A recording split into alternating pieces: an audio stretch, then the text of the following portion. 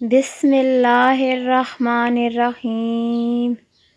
अस्सलामु अलैकुम वरहमतुल्लाहि वबरकातुहू। इस्लामिक वज़ाइफ एंड दुआएं चैनल में आज मैं आपको बताऊंगी दांत और दाढ़ दर्द का इलाज। इशा की नमाज के बाद जब वितर पढ़ने के लिए खड़े हों तो ये 3 सूरतें बिलतरतीब आपने पढ़नी हैं।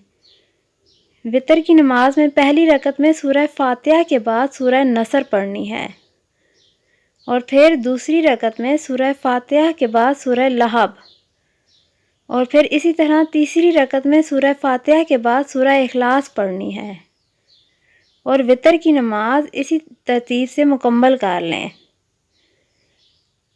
इसको पढ़ने की आदत बना लें। जब भी नमाज़ पढ़ें, वितर की नमाज जब भी पढ़ें, इस तरीके से सूरतों को पढ़ना है आपने।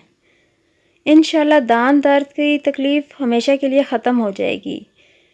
अल्लाह ताला आराम नसीब फरमाएंगे, आमीन। अच्छी बात आगे फैलाना सदका जारिया है।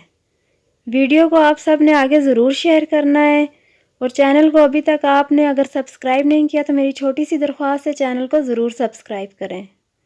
शुक्रिया।